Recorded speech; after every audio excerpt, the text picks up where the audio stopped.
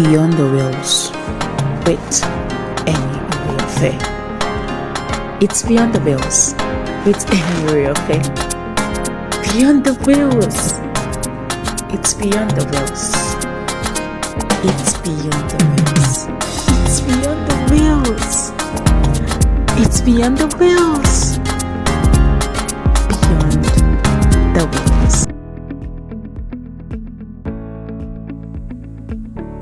Okay, so I am super excited to be here today. I'm grateful for this privilege to be here again on Beyond the Wheels. Sincerely, I'm not taking this privilege for granted. I am not. I appreciate this a lot. And it's another very beautiful edition of Beyond the Wheels today. Another very beautiful edition of Beyond the Wheels. Thank you so much for joining. I remain your friend, your host, your sister, Anyaehie Iromuanya Grace. Yes. Thank you so much for joining. And on today's edition of Beyond the Wheels, I have this very beautiful woman. I have this very beautiful woman that I admire from distance. Yes, from a distance. You know, I actually met this woman online and I have been following her. Okay, she's here already. Following everything online, and sincerely speaking, I can say all over again that she's indeed a blessing. She is indeed a blessing. So it's Beyond the Wheels. Sit back and enjoy this special edition that I know is going to bless your life. Beyond the Wheels, like we all know, is a platform where we talk about the grace from God we have received to live above disability as persons living with disabilities. And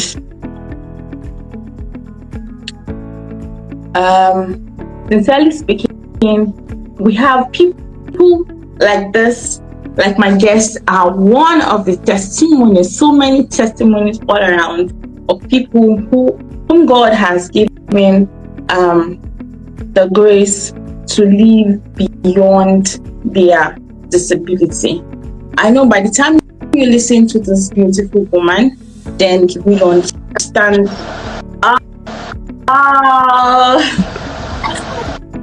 Thank you, Ma. Thank you so much. It's good to have you here, Ma. Thank you. Thank you. Yes, Ma. It's good to have you. I appreciate this privilege. Thank you for giving me a positive response. Thank you so much, Ma. I appreciate you. Thank you, Ma. Thank you. Yes. Yes, Ma. So you are welcome to Beyond the Wheels. And I know today you have a lot to tell us.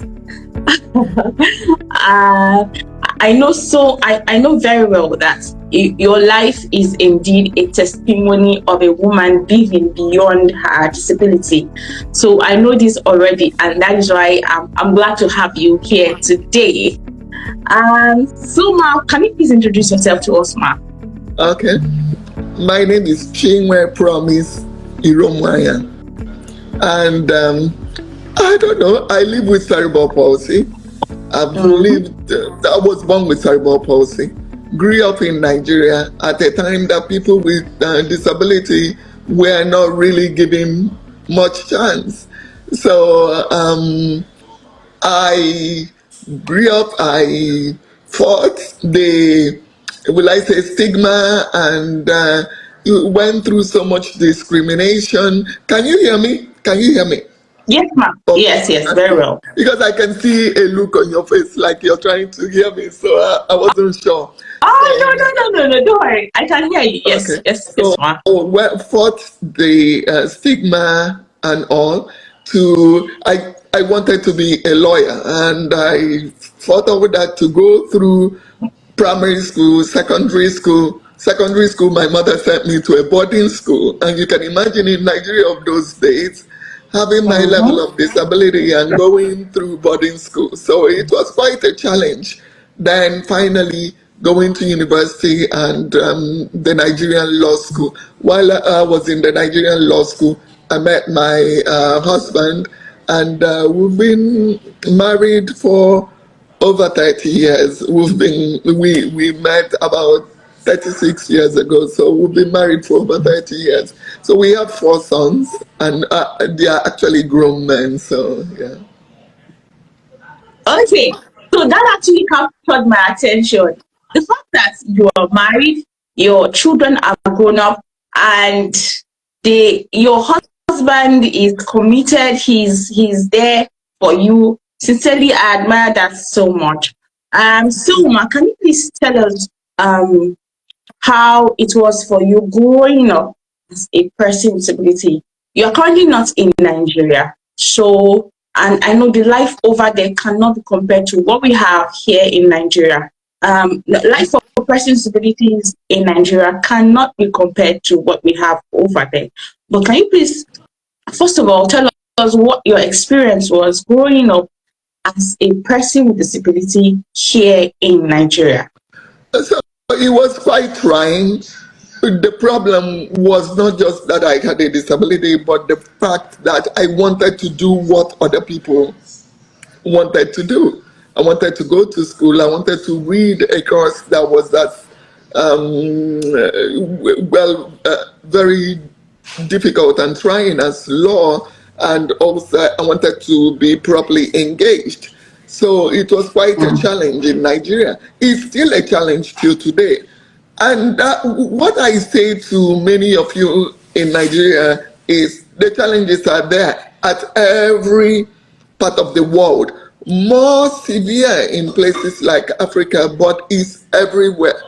It's just the state of mind that makes the difference. If you are focused on rising above, all the noises, all the distractions and things that you hear around, and setting your minds on your goals and your aspirations, I believe that you can accomplish them. But it's not a joke in Nigeria.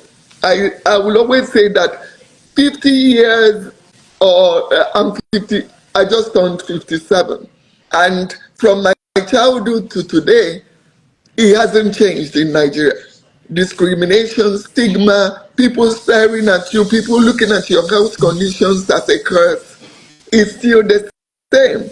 It doesn't matter what we do.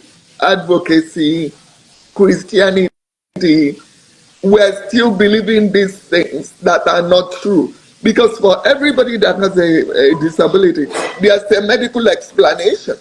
But for Nigeria, they look at you like, oh, God cursed you, or something happened to you that made you this way. But when you look at it medically, it makes sense.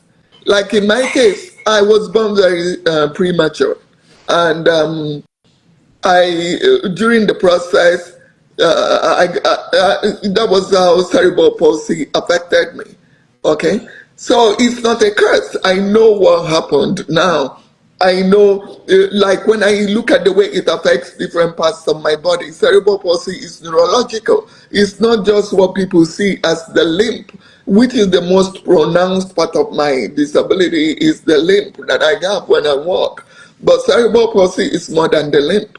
There are some of it that over time I've learned how to make look, like every other person, but it just affects a particular side of your body, which is the particular side of your brain that was, affected at the time. So, yeah, Nigeria is very difficult because of the lack of, exposure and education. People don't understand disability. No matter how accomplished you are, when you get to Nigeria, they'll say that woman we know well. Madam, if not be saying you know well, wait here for do.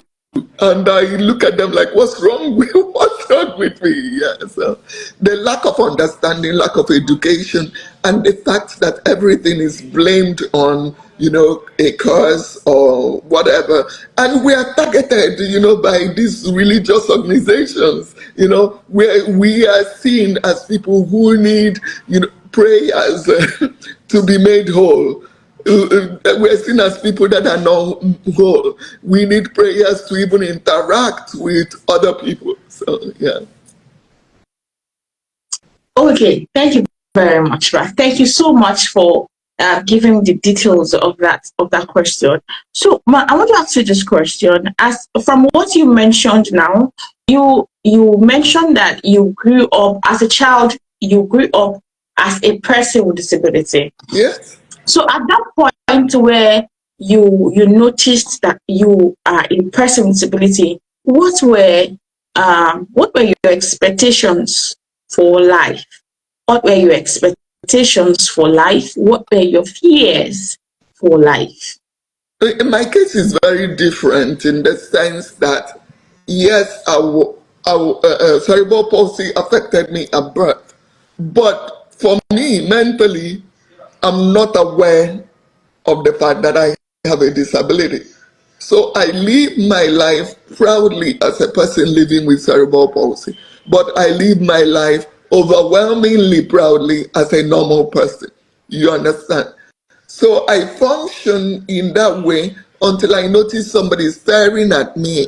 Then I wonder, why are they looking at me? Because I think in my mind, I believe that everybody walks like me.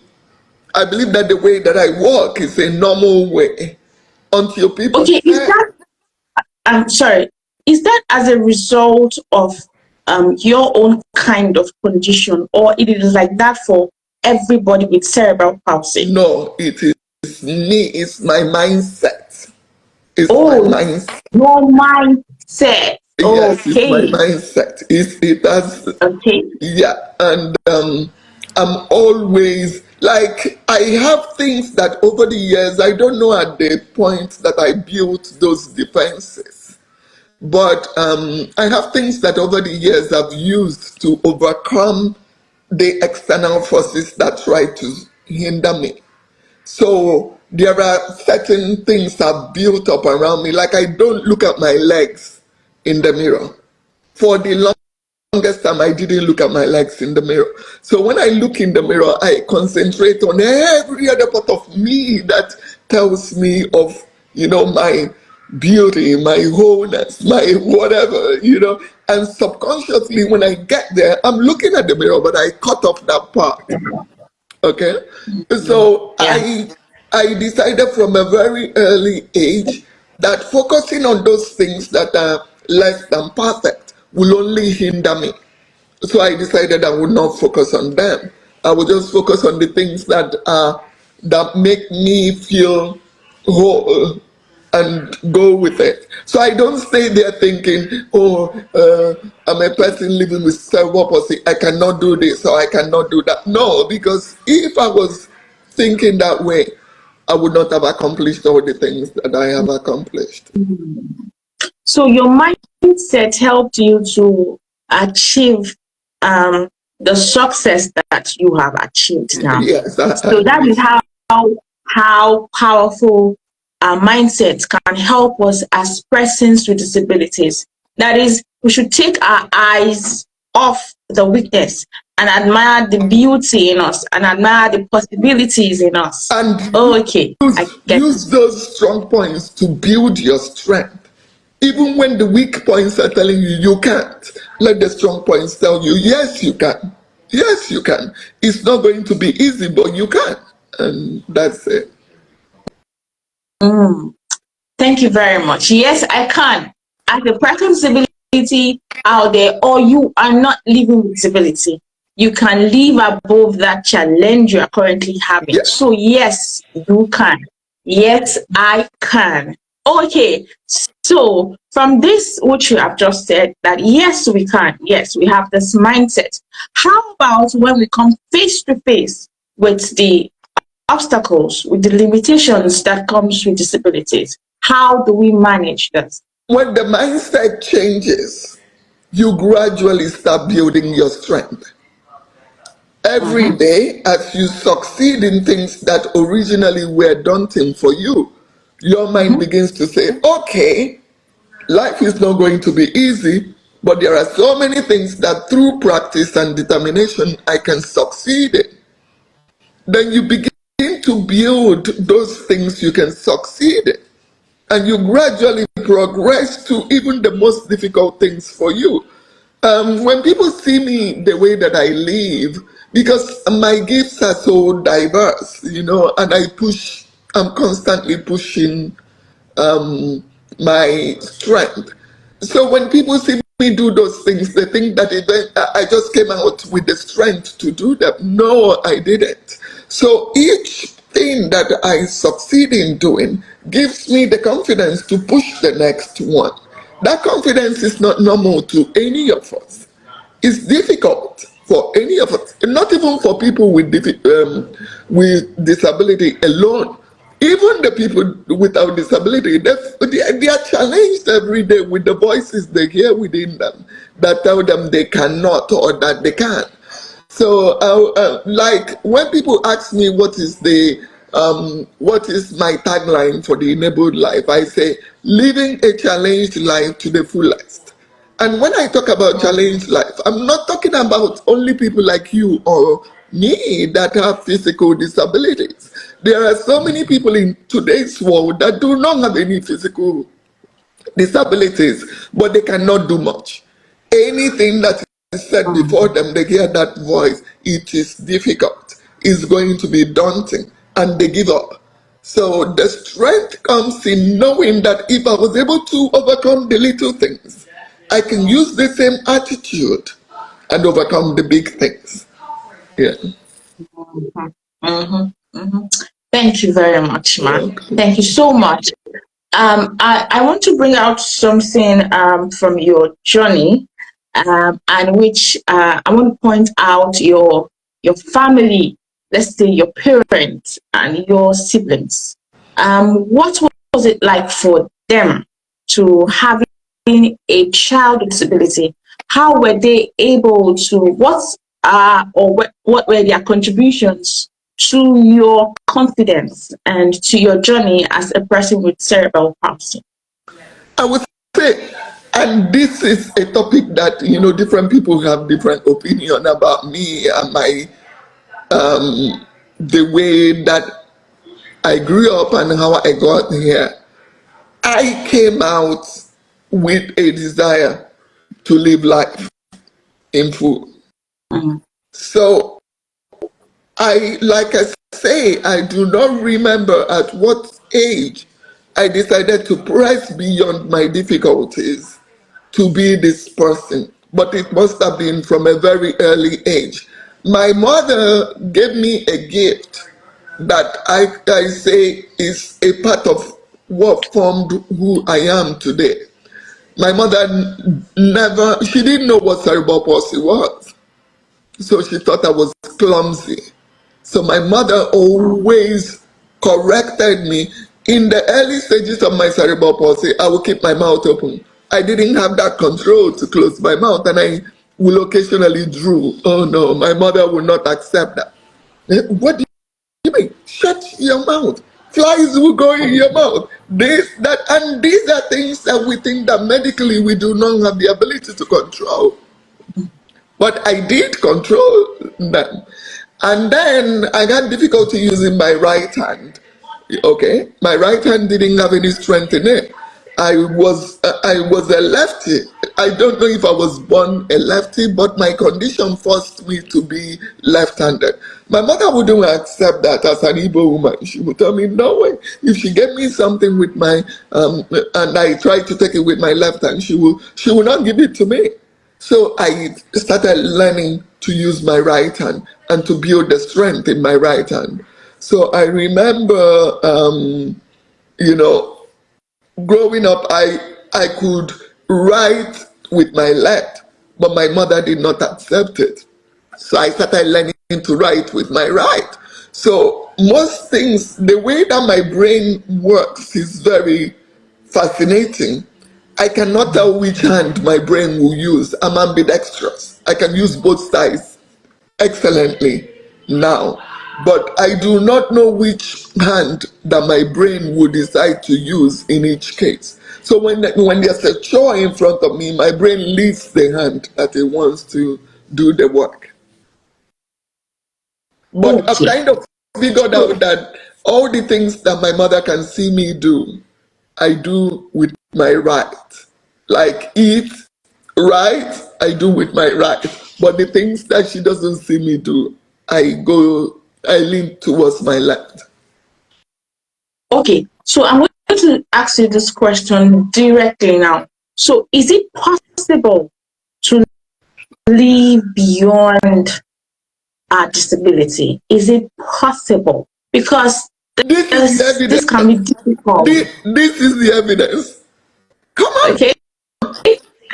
Yes, it is. Yes, it is. Are you ever going to be what Nigerian people will call able-bodied? Maybe not. But can you have a full life and live it to the best of your ability? Come on, this is 57 with cerebral palsy. So, yeah. So it is possible. I love your response. I love your response to it. Yes, it is possible. It is possible. And I can see that in you that, yes, you are living by that everything is possible with you, even as a person living with cerebral palsy. Okay, now, this is a special part of us, or as women with disabilities, and it is that you are a mother. That's amazing. That's amazing. First of all, you are a wife, and then that is the first amazing thing about you, and the fact that you are a mother.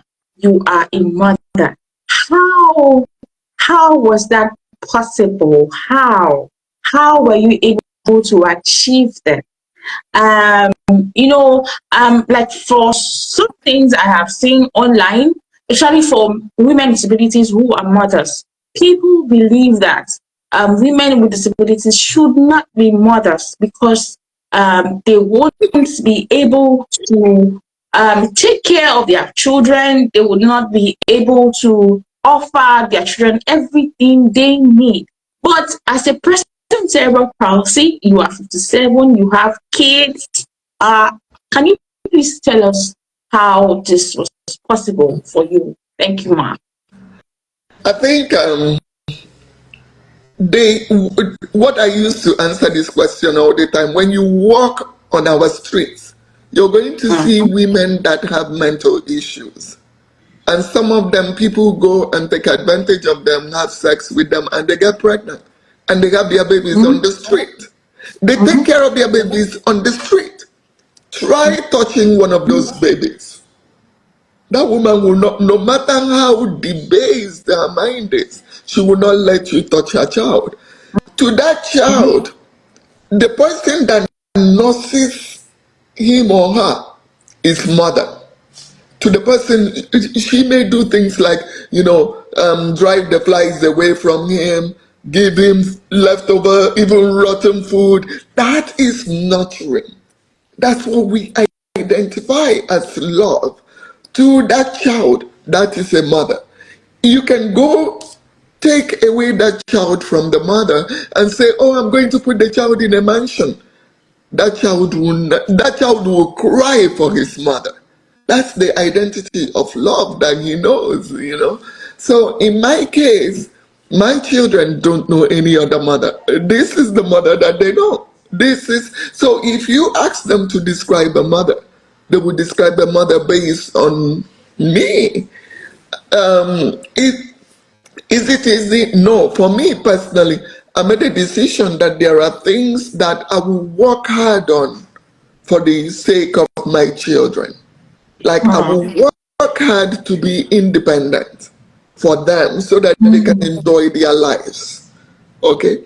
I will work hard to be the best mother that I can be. For instance, because I live with cerebral palsy, it doesn't mean that my children will starve.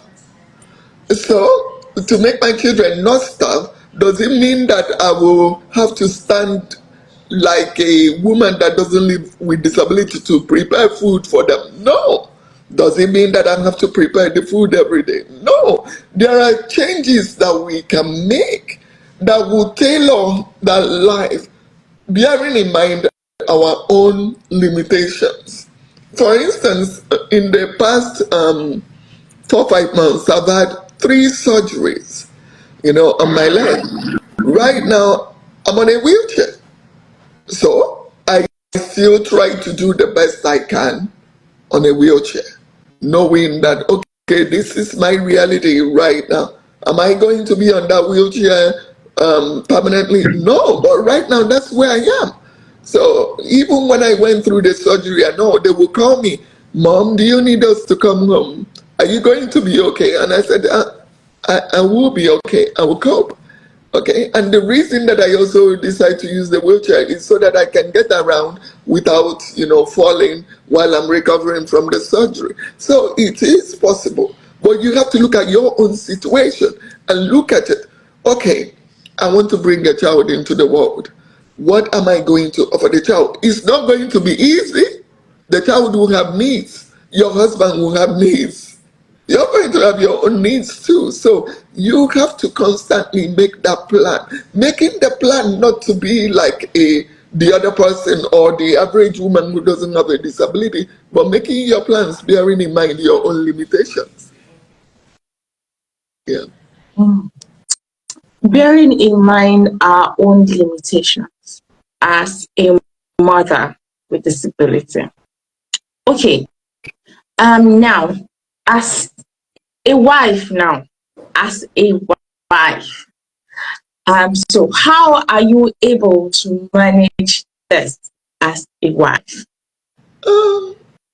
First, the understanding that you have with your spouse, because the person coming to ask for your hand in marriage already knows. I mean, I was already this way before we got married, or before my husband married me. So he knows what to expect from me. But we also have an open kind of relationship, in the sense that we don't shy away from discussing these issues when they arise. I've been limited in my mobility since I had this series of surgeries. Sometimes my husband will ask me, how long are you going to be on a wheelchair? How long are you going to be using the walker? And to somebody else who doesn't understand our relationship, they may think he's being, insensitive. No, because he knows who I am and he knows who he married. And I also know. So even when I'm taking the time out, I also know that I have to work on getting back into that wife that I proposed to be from the beginning. And it doesn't mean that if it gets to the point where I'm going to, where permanently I cannot do those things, he will understand it.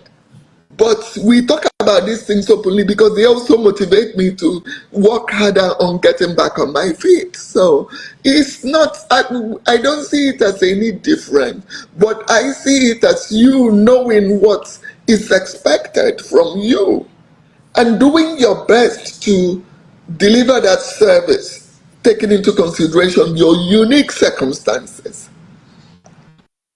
You have to. Thank you very much, my unique circumstances. I'm rounding up the session very soon, but before I round up, I want to ask you this question. For some persons with disabilities, they have some challenges around us. We have challenges around us that might not help us and might not encourage us to move faster in life, especially to achieve those things that we want to achieve. Especially in the environment where you stay, your family, your immediate family, your environment, and so many. And one of the things that that happens is that we come to face depression. Persons with disabilities struggle a lot with depression. So, what's your advice on this? How do we overcome depression as a person with disability? It's very important. Some of it is as a result of what we're feeling from other people. Other parts are from our expectations from others. I would say one of the luck that I had was that I am an introvert. So I really don't struggle with being alone. I can stay alone and keep busy. I do different things like I knit. I like to walk around the house, garden, stuff like that. I keep my mind busy so that even at those moments that I'm alone, I'm not going to feel dejected. You understand what I'm saying? Most times, if you don't know how to stay alone, you're going to want to have people around you. And with our limitations at times, it's not possible to have people around you all the time. So learning to, and it's also difficult to appreciate this person that you know that the world is saying is less than normal. So learn to appreciate who you are. Learn to appreciate your own company. Enjoy your company. Learn to keep your mind busy. And learn also to have that full life on your own so that when other people do not naturally offer it, you don't get disappointed. I think that's the number. We don't get That's it. disappointed. Yes. Yes. Okay, so we shouldn't expect so much from No. people so that we don't get disappointed. You are enough. You are enough. You create your own world around you so that even when you can run after them, you're going to still have a world that is, beautiful, that you can admire on your own because life changes. Life changes. Okay, thank you very much, Ma. It's been an amazing time with you. Okay, so finally, before we go, I just remembered there is this statement I was sharing with somebody, and the person was trying to use the word "a beggar has no choice," bringing that into the life of a person with disability. They believe that we should take anything that comes. So, like, okay, the fact that you are getting this opportunity, even if it is less, it is small. It is not what you should take. They believe you should take it because for you, it's an opportunity for you as a person with ability to even have that. So, ma, how do we handle this kind of situation where people think that as a person with disability, you shouldn't expect so much, but embrace whatsoever comes your way? Thank you, ma'am. And this is where the change has to happen in our lives, especially in Nigeria, right? Because I remember growing up in Nigeria, I was a very stubborn child because I had this determination to succeed and I didn't see my disability. So when I didn't accept what people offered to me, I always heard people say, and you have a bad leg. Why don't you just relax and take what is offered to you? And I'm like, Yeah. no, who says I have to take that? And fighting for that life that I wanted meant that I let a lot of opportunities, which may have been good opportunities in terms of gain, slide. I lost them. Yes, I did lose them, but I was fighting for opportunities that promoted me as human.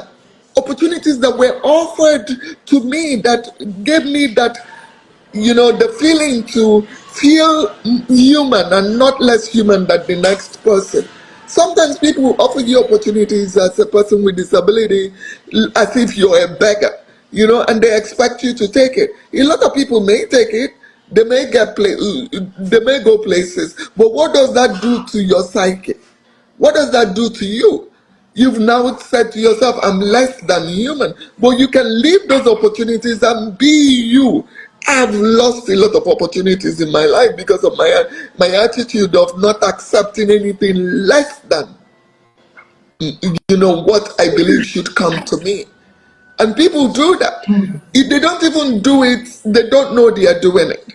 The stigma is so much that the person with anybody, if they could be family members, they want to offer you peanuts. They want to offer you, they just look at you as, give her now, just give her. You understand? But when you say no, if it's not on the level that I feel should come to me, I'm not going to accept it. Oh yeah, there will be delays, but eventually you will feel satisfied for who you are. Yes. And people call it stubbornness, whatever, but I don't care if it helped me build who I am, then it is worth it. Yeah.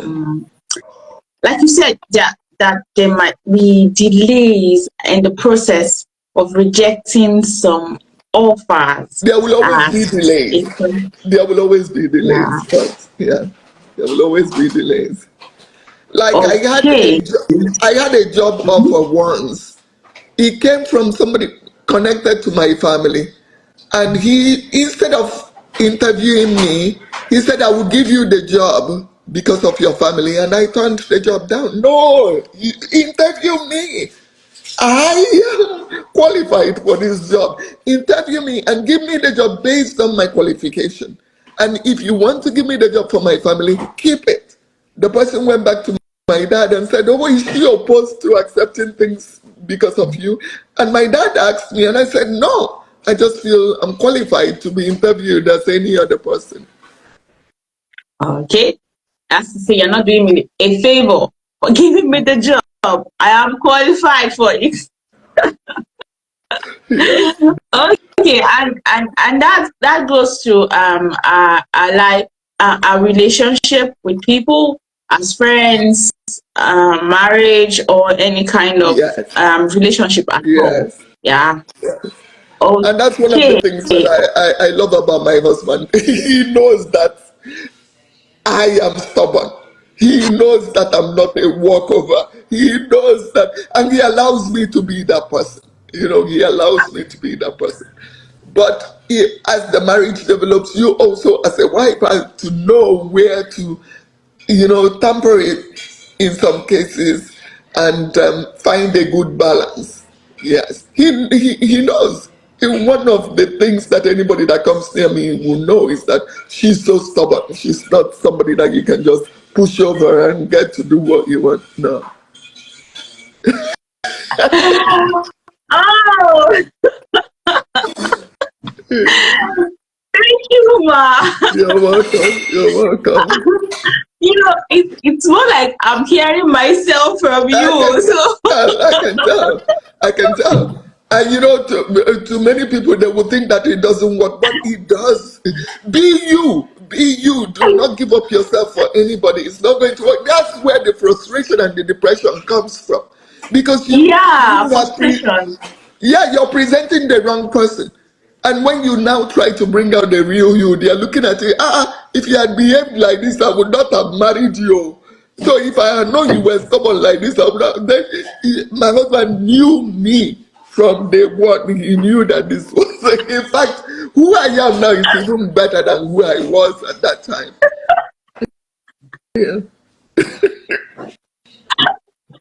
Okay. Ma, if you permit me, I'm still gonna have a private discussion with you, because this is just me. Like, this is me. Yes.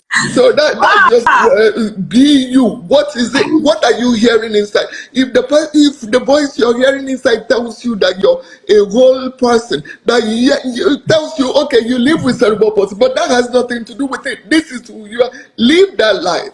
Live that life. Don't try to be who you're not. Who are you on the inside? What voice are you hearing? What do you want to be? And sometimes it will cost you. I like how you ask the questions, and it will be my pleasure. It will be my pleasure to do it. again anytime that you have the time, because it brings out different aspects, though they are connected, but they are so diverse, in the sense that this is all that makes us know. Okay, try, no problem. Sorry, go ahead. So this is who we are. You may lose in the process. You may lose something. You may lose something. Yes, you will, because people like, okay, come and reduce yourself. Let me just help you. Yeah, but what will you gain in your value? In your values, what will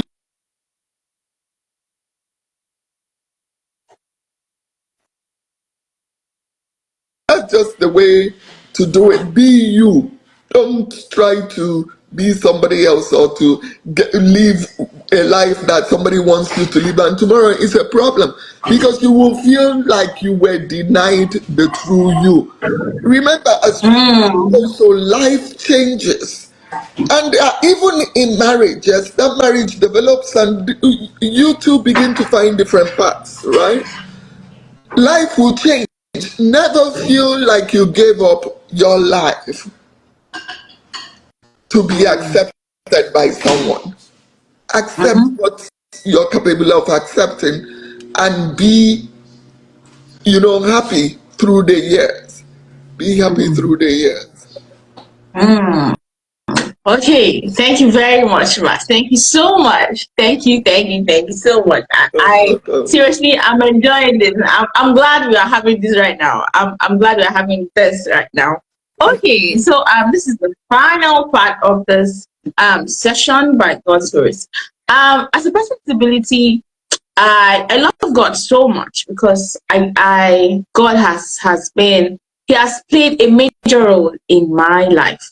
And there is this Bible verse I love so much that talks about, it says, "My grace is sufficient for you, for my strength is made perfect in your weakness." And I can say that I can see already that God's strength is made perfect in your weakness. Amen. So in like let's say in 1 minute, can you please tell us how your journey so far of living beyond the wills? So it's been an amazing life. Truly, a lot of people will not believe it that if I was to come back to this life again, I would love to be the same way. The who I have become and my journey has been such a lesson to me. And I will tell you that there have been more benefits than disadvantages. So I have a favorite Bible verse too that says, "I am a wonder to many, but God, you are my strong refuge." That's one of my many Bible verses that encourage me to know that there's no life that is without challenges. None. I don't care. Our challenges may be physical, but there are multiple challenges. Some people have these challenges everywhere. But if you do not rise above that challenge by finding the strength within you, which is where the word of God empowers you to live beyond those things and put your trust in Him. Not to run from one church to the other looking for a pastor that may do a miracle. What if the miracle doesn't happen? What's going to be, what would your life be? For everybody that lives with disability in Africa, we've been taken to pastors to be healed. And I cannot tell you if any of us have actually been physically healed of our challenges. But guess what? God has been gracious. He has given us different abilities and different lives and that is where we should keep our strength, anchor our strength. Yeah. Thank you so much, ma. Thank you so much. Thank you so much. So I've round up today's session. What's your advice what's your word for every one of us, persons with disabilities and those without a disability? How do we gain strength for our journey? Have your connection with God, because the strength comes from within. Believe that God didn't make any mistakes, that whatever you're going through now is for a purpose, and through that challenge, that the name of God may be glorified. Live your life as a minister of God every day. Let your life minister to other people. Let people see you in the things that you're able to overcome despite your challenges, and say, for sure, God lives in this person. And that's all. Thank you so much, man. It's been an amazing time. Sincerely, I enjoyed it. I did. I'm blessed. I'm relieved, actually. I'm also relieved. I'm relieved. I'm relieved. As a person with disabilities, for me, I live each every day of my life. I have my fears. I have things that I'm bothered about. And but hearing from you we need to today, talk about that outside of. We will talk about that. What are you afraid of? If they happen, they happen. Just live your life. Enjoy today. I really want to. I really want to have. I was not like this before. Actually, I was not. I was not like this, but at least I think I'm better. But I still have my fears. I was not. I have so much to worry about. Yes, I think that. Okay, I have one attitude about that. I have, once that fear stirs up in me, I say, and so, because that's the way the enemy brings, doubt. Like I told you, since April, I've had 3 surgeries, right? At 57. The first surgery, I heard, what if it doesn't work? What if you go through all this trouble and you still have the pain? What if you do the surgery and things mess up and your disability is worse? What if you cannot leave the wheelchair? And then I left the wheelchair. It was, what if you can leave the walker? I left the walker. It was, what if you cannot leave the cane? And while I was struggling to leave the cane, surgery number 2 came, took me back to the wheelchair. Okay?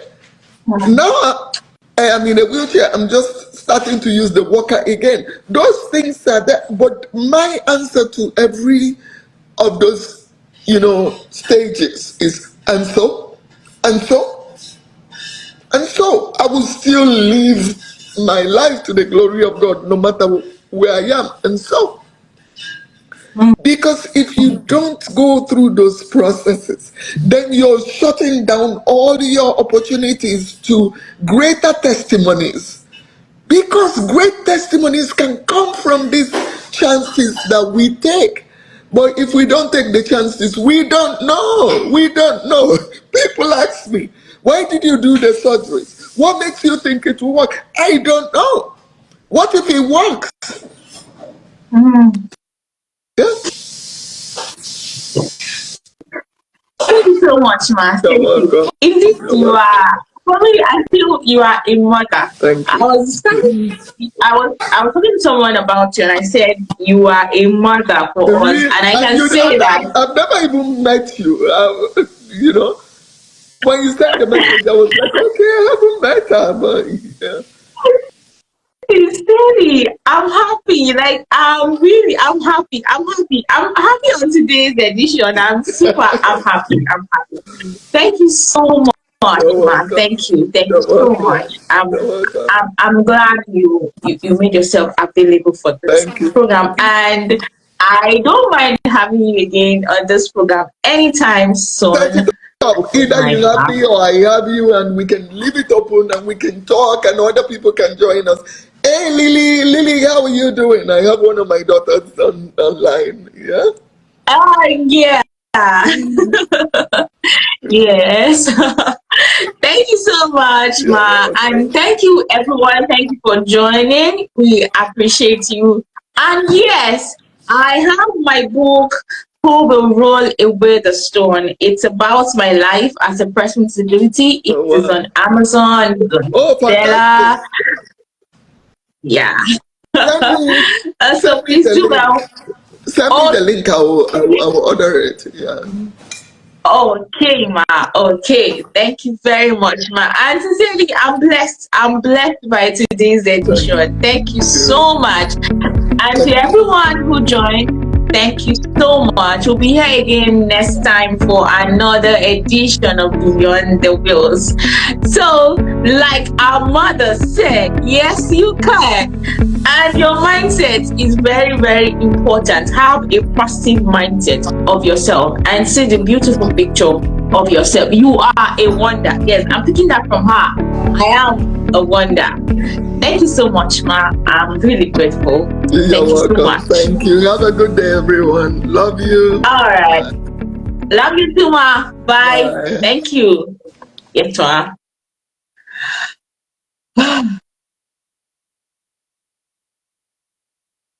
Thank you so much for joining. And don't forget to follow us on this channel. Please do well to follow. Thank you so much. God bless you. Have a lovely evening. I remain your friend, your host, Anyaehie Iromuanya. God bless you. Have a nice day.